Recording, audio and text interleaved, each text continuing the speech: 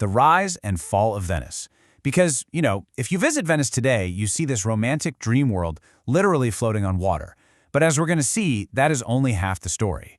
We're going to explore exactly how a miserable, muddy swamp transformed into a terrifying, ruthless global superpower and then eventually decayed into the sinking museum we know today. Think about Venice for a second. There's this huge cognitive dissonance between how we see the city now and what it actually was. On one hand, you have our modern perception, right? A giant romantic tourist trap built for vacations, filled with gondolas and little glass souvenirs. But historically, Venice was the medieval equivalent of Wall Street, Silicon Valley, and the US Navy all rolled into one single city-state. They ran assembly lines, they totally dominated naval warfare, and they were incredibly ruthless traders. So, how did they get there? To figure that out, let's look at Chapter 1, The Muddy Foundations, Fleeing the Monsters in the Dark. Picture this. It's the 5th century, and the Western Roman Empire is completely falling apart. You have these terrifying invaders, specifically Attila the Hun, just wiping entire cities off the map in northern Italy. The panicked locals had literally only one direction to run, and that was east, straight into the ocean. So they fled to the Venetian lagoon. Now this was a strange, shallow world of muddy sandbars and salt marshes. To the Romans, it was just a stinking, mosquito-infested wasteland. But to the refugees, it was an absolute lifeline, because this deep mud and shallow water was totally impassable for barbarian cavalry on horseback. At first, they probably thought, hey, we'll just hide out here until the invaders leave. But the invaders never left, so this completely uninhabitable saltwater swamp actually had to become their permanent, isolated home. Which leads us to Chapter 2, Engineering a Superpower, or as I like to call it, Building a City on Jelly. Okay, so here is the massive engineering problem they faced. How on earth do you build grand brick churches and heavy stone palaces on top of squishy mud without the whole thing just sinking? To solve this, the Venetians pulled off a step-by-step engineering miracle. First, they went across the sea, chopped down millions of trees, and hammered those massive wooden trunks vertically, straight down into the thick mud. Next, they just kept hammering until the tip hit this solid, hard layer of clay, buried deep underground called Coranto. Then, they chopped the tops of these poles completely flat, laid down thick wooden planks and water-resistant limestone on top, and finally, they built their brick walls. Now, you might be wondering, wouldn't all that wood just rot? Well, no. Down deep in that thick lagoon mud, there is literally zero oxygen. The salt water actually preserved the timber, and over the centuries, the minerals turned that wood as hard as stone. To really wrap your head around the sheer scale of that effort, just look at this number, 1,100,000. That is the staggering number of wooden piles they hammered into the mud just to support one single famous church. It's mind-blowing. Now, with solid ground finally beneath their feet, they needed food. And since you obviously can't farm in salt water, they survived early on by doing the only things they really could, evaporating ocean water for salt and catching fish. They started trading these absolute necessities with the mainland, and very quickly realized that controlling trade was the ultimate key to power. This realization kicks off Chapter 3, The Ruthless Golden Age, where Venice starts stealing saints and stopping dictators.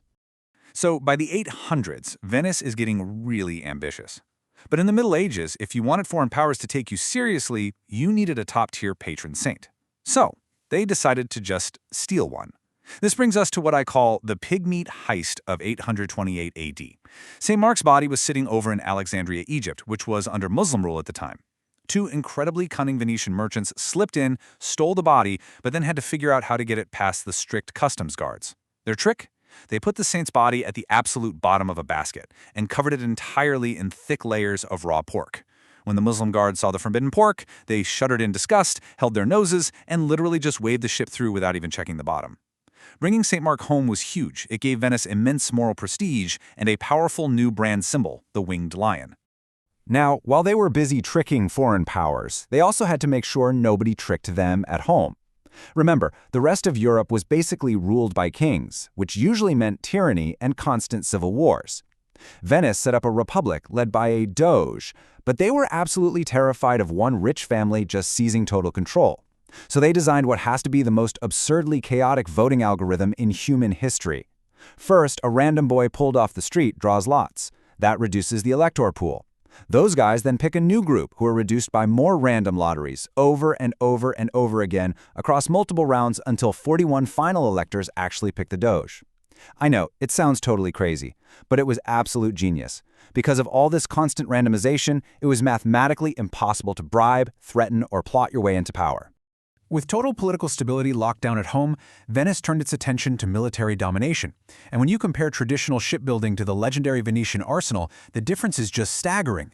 Traditionally, building a ship took months. It was custom-made in a shed with completely unique parts. But Venice built the world's first industrial factory nearly 600 years before Henry Ford even existed. They used an assembly line canal where the ship physically moved through different stations. Everything was 100% standardized. The speed of this thing was terrifying. They could pump out one fully combat-ready war galley every single day. There's this famous story where the King of France visited, and they actually built and launched a brand new warship entirely from scratch in the 2 hours it took him to eat his dinner. Armed with this arsenal, Venice became completely unstoppable. But they also became deeply, deeply ruthless. Which brings us to this number, 34,000. In 1202, European crusaders hired Venice to build a massive fleet so they could sail to Jerusalem. Venice spent a whole year building it, but then the crusaders showed up short on cash. They owed Venice 34,000 silver marks, which was a staggering fortune at the time. While Venice's leader, Doge Enrico Dandolo, who by the way was 90 years old and completely blind, refused to let them leave. Instead, he forced these crusaders to pay off their debt by working as a mercenary army for Venice.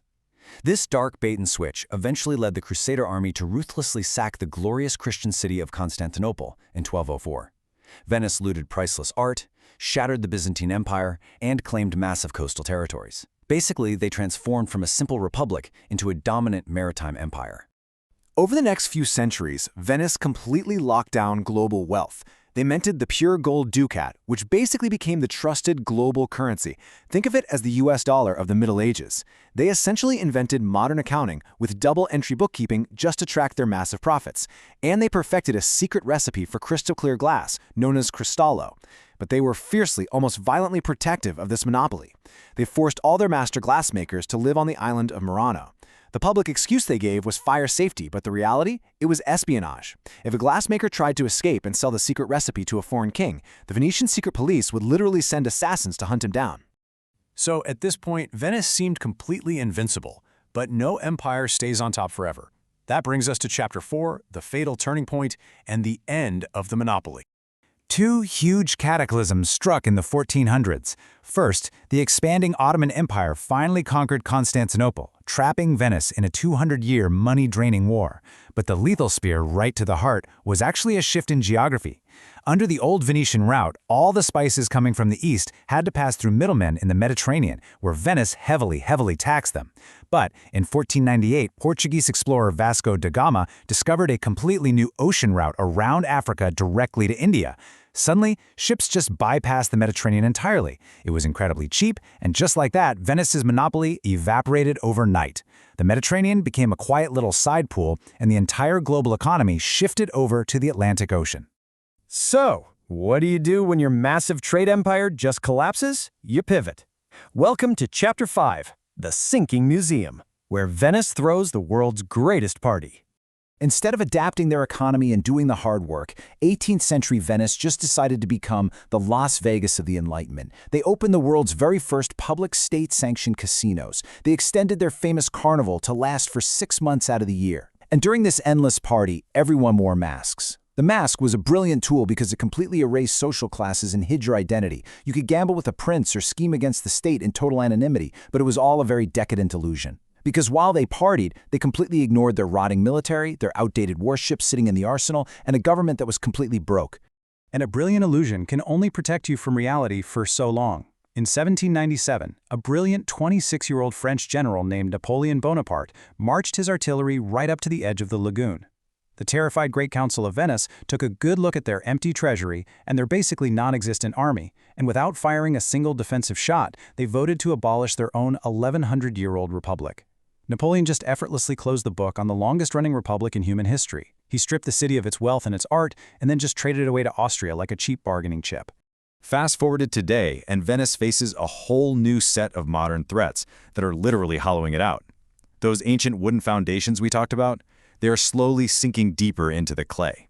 At the same time, global sea levels are rising, which causes aqua alta, these severe high-tide floods that repeatedly submerge St. Mark's Square in highly corrosive saltwater. And on top of all that, they are battling the sheer weight of mass tourism. We're talking over 30 million people visiting every single year. It drives the cost of living so incredibly high that the local population has collapsed to under 49,000 people. The actual city is being hollowed out into this gorgeous floating theme park. Which leaves us with one final thought.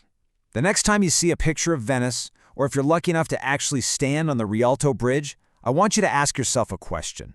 When you look at the Venetian canals, do you just see water, or do you see the sunken foundations of a fallen empire? Venice is an incredible testament to human engineering, built by desperate refugees who forged a ruthless superpower out of thin air and mud. But it also serves as a haunting reminder that no empire, no matter how clever, how rich, or how powerful, stays on top forever. Please like and subscribe.